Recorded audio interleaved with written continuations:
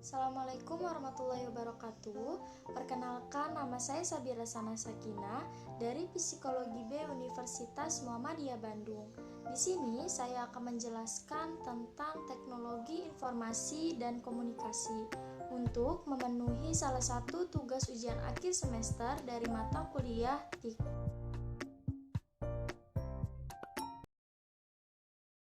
Latar belakang. Teknologi informasi dan komunikasi telah memasuki hampir seluruh ranah kehidupan manusia. Kehadirannya berdampak luas terhadap berbagai aspek kehidupan manusia. Teknologi informasi dan komunikasi yang kita nikmati sekarang pada awalnya ini menggunakan surat, telegram, dan menggunakan tulisan tangan atau mesin ketik untuk menuliskannya.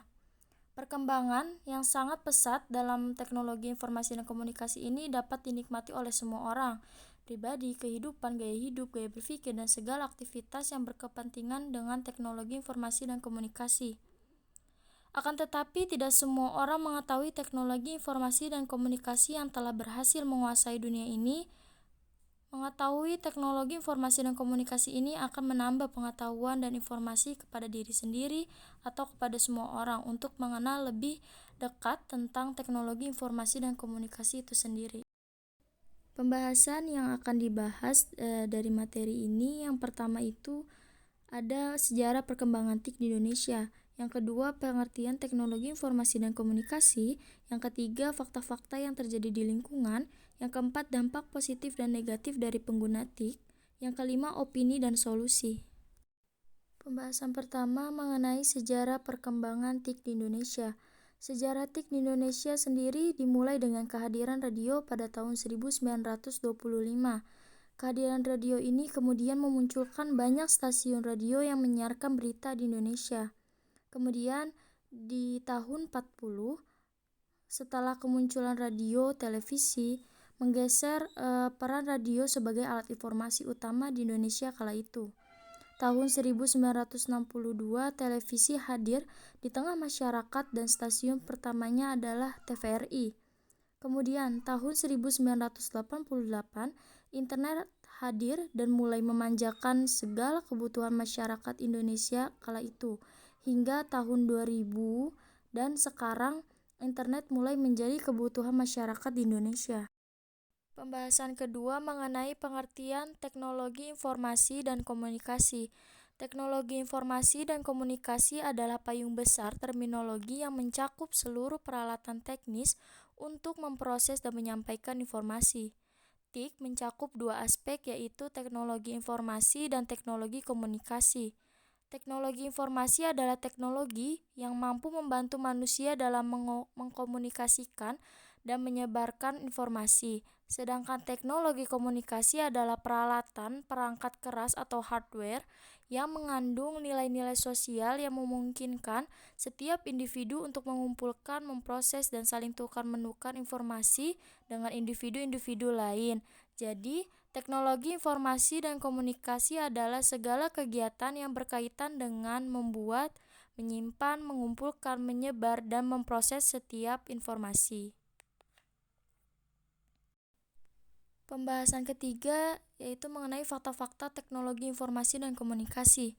Yang pertama, mudahnya berkomunikasi, di mana di kehidupan manusia ini dikelilingi oleh teknologi digital. Semua manusia saling terhubung dengan internet.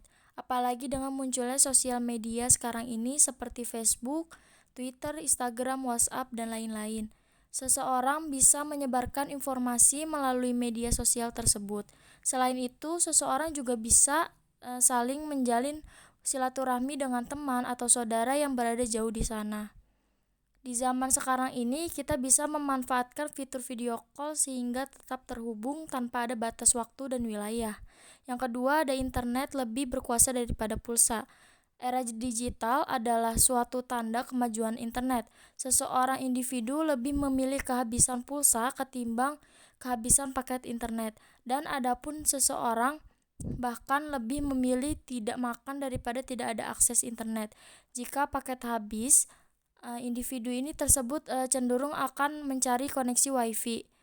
Yang ketiga, ada mudahnya berbelanja. Di zaman sekarang ini, individu dan seluruh masyarakat hanya bermodalkan smartphone dan internet yang membuat seseorang individu ini bisa memilih barang tanpa harus repot untuk pergi ke toko ataupun ke mall.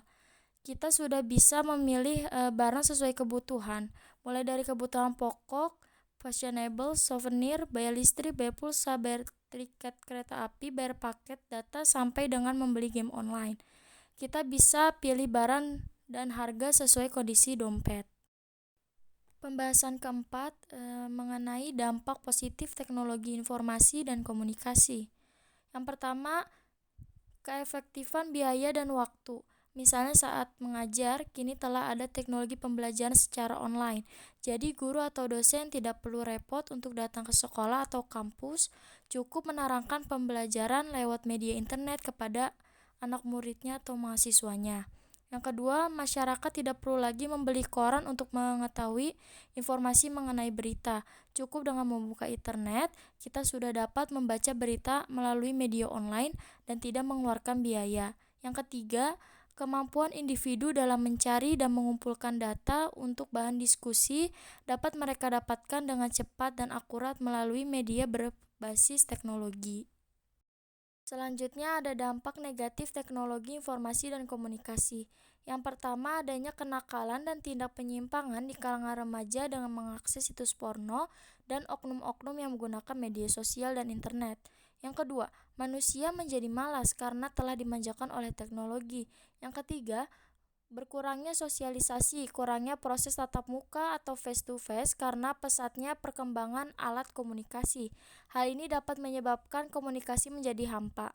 Yang keempat, pemanfaatan jasa komunikasi oleh jaringan teroris yang artinya semakin mudahnya tindak kejahatan dalam melakukan tindak kriminalitas.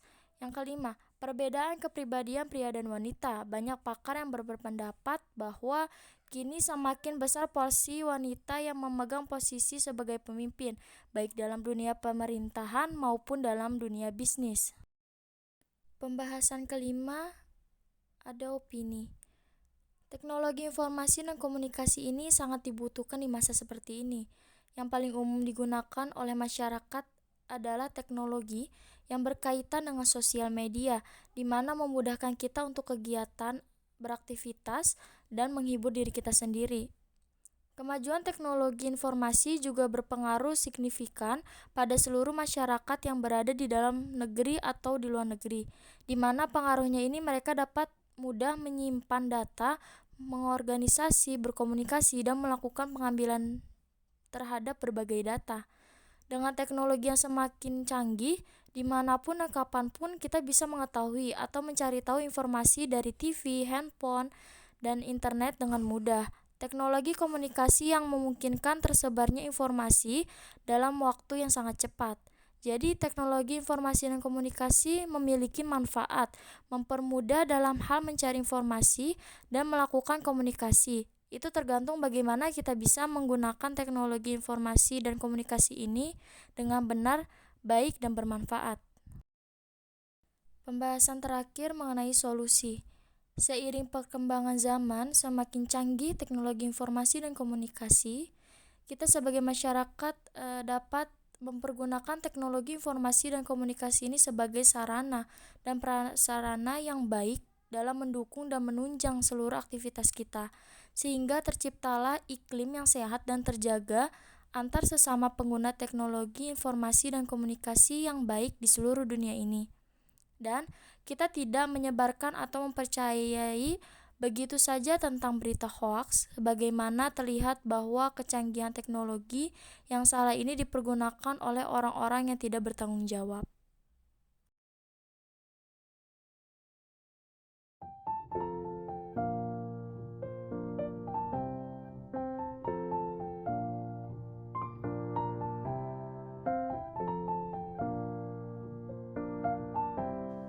Sekian penjelasan mengenai teknologi informasi dan